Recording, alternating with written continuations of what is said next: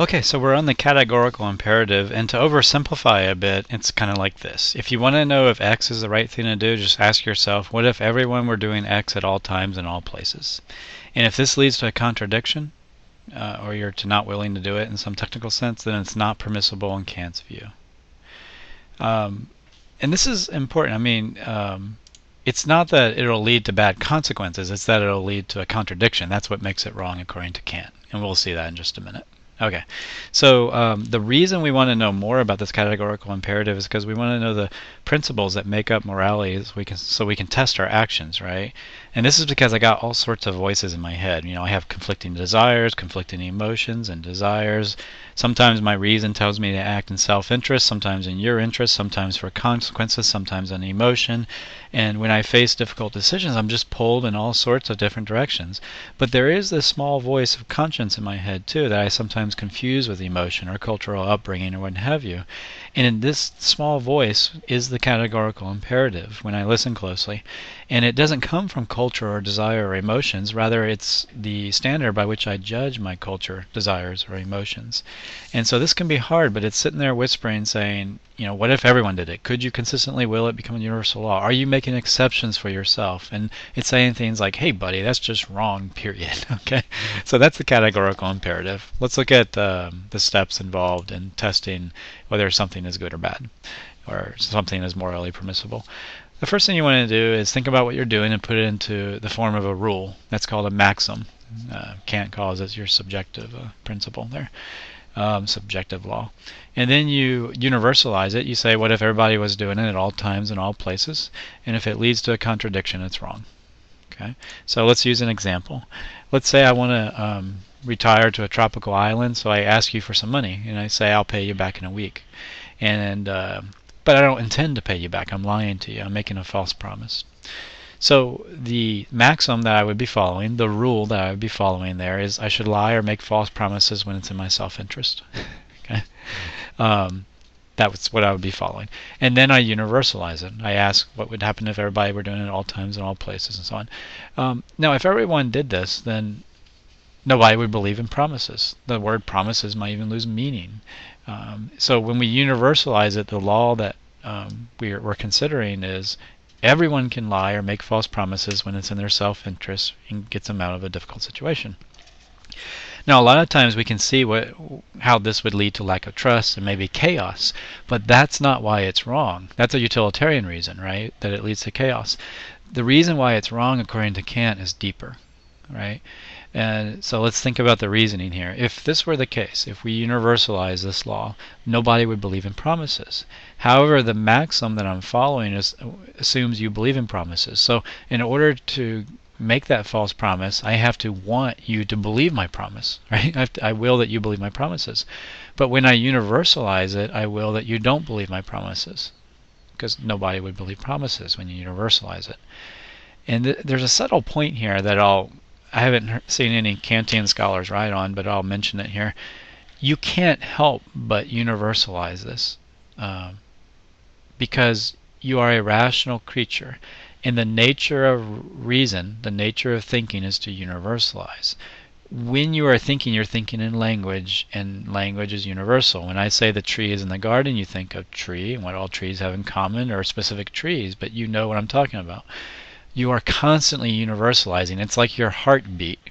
You may not be aware that you're doing it, but you're always doing it. It flows from your rational nature.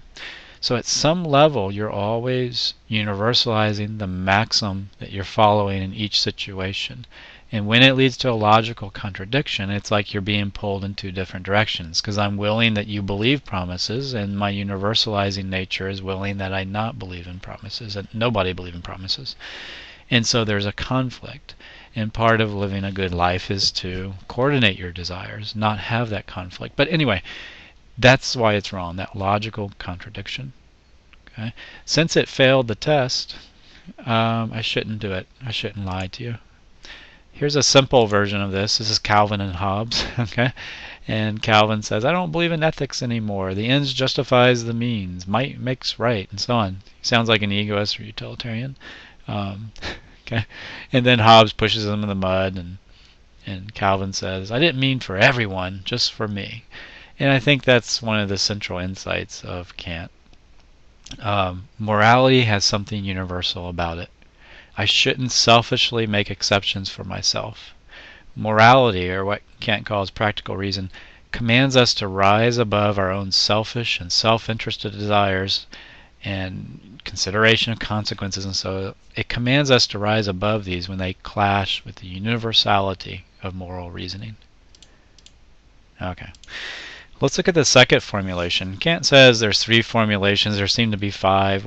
Whatever the case, keep in mind that each formulation is a different way of describing the categorical imperative, kind of like different math equations can describe Newton's laws of gravity. And this formulation says, act so that you treat humanity, whether in your own person or that of another, always as an end and never merely as a means to an end.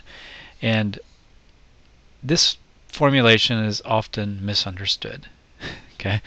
Because it's not saying we should never treat people as a means. We do that often. When you go to the grocery and you check out, you're treating the grocery clerk as a means to get out of the store. When you go to your hairdresser, you're treating them as a means or a tool to get your hair cut. What Kant is saying is you shouldn't treat them merely or just as a means to an end. So I guess if I were treating them just as a means, I would slap the clerk on the way out and be rude and maybe try to enslave the hairdresser so I have free haircuts for life. Okay, I'm using them as a tool, as a thing. But according to Kant, there's something about reason and rational creatures that deserve intrinsic respect because they're self-regulating creatures that choose to freely obey or disobey the categorical imperative. So I shouldn't treat them merely as a means. I should treat them also as an end in themselves. Okay? And so in the lying case, I shouldn't lie to you to get that money. I shouldn't make a false promise because then I would be treating you merely as a means to an end to get the money. So not respecting your intelligence and so on. So it would be wrong according to this formulation as well. And the reason all the formulations are equivalent is because they seem to lead to the same duties, namely, don't lie to you, right? And Immanuel Kant, by the way, wrote against standing armies and stuff because he thought he was using men as mere instruments. He was a person of the Enlightenment. Okay, the last thing I want to mention here, well, there's a couple other formulations I won't get into on this slide that I won't get into. I wanted to mention this free will. For Kant, free will is essential to his moral theory. Autonomy, free will. Freedom is necessary to experience the categorical imperative and then to choose to obey it or not obey it.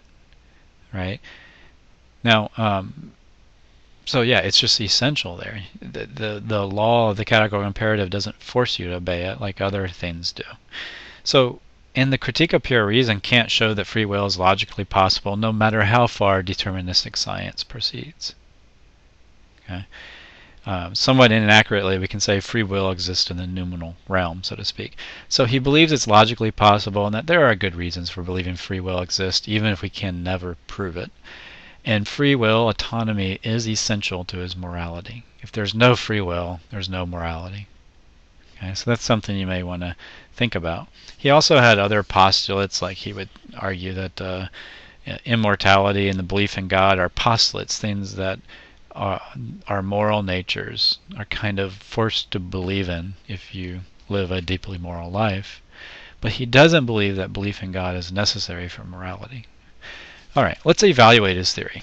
Some of the strengths. He emphasizes the role of reason, which is really important in morality. Each person deserves respect and is intrinsically valuable. Probably most of you believe that. He emphasized rights and justice, the idea of universality, the idea that I shouldn't make exceptions for myself. That seems pretty good, right? He recognized that it's always wrong to boil a human baby to death, even if the consequences would be really good, right? And many of you believe that. So he recognizes that moral claims are universal in nature when we make them. We aren't simply reporting our preferences like emotional and subjective preferences like I like green beans. There's something different about moral judgments. It's not reducible to emotivism or emotions or subjective preferences. There's something different there. And he takes account of that. Now the criticisms, the main one is that he defended absolutism in some of his works. And most people, that's all they know about Immanuel Kant. He was an absolutist, therefore I reject his theory. And an absolutist is somebody who believes it's always wrong to lie, right? Even if the Nazis are knocking on your door asking you where the Jews are, it'd be wrong to lie, okay? Or an axe murderer at your door or whatever. But most of you believe that in some cases it's okay to lie. You think like a utilitarian or an egoist there. And so that's one problem with this theory, but I think you can reject absolutism and still find much insight, much that is true in his moral theory. There are other criticisms, like what do you do if there are absolute values and they conflict. There's good criticisms and superficial ones, but I think there's something deep and correct about Kant's moral theory. I think it needs to be supplemented by something like virtue theory, but there is something good in it. And that's why of the three main theories, virtue theory, utilitarianism, and Kantianism, those are the ones that most ethicists abide by, for the most part, I think are the strongest. That's why Kantianism is listed there. And it's a shame that most people seem to only have a superficial understanding of Kant. And they see Kant as an absolutist and maybe know something of his categorical imperative. His theories go much deeper. His moral theories do. And definitely worth the time spent on them. Of course, I'm even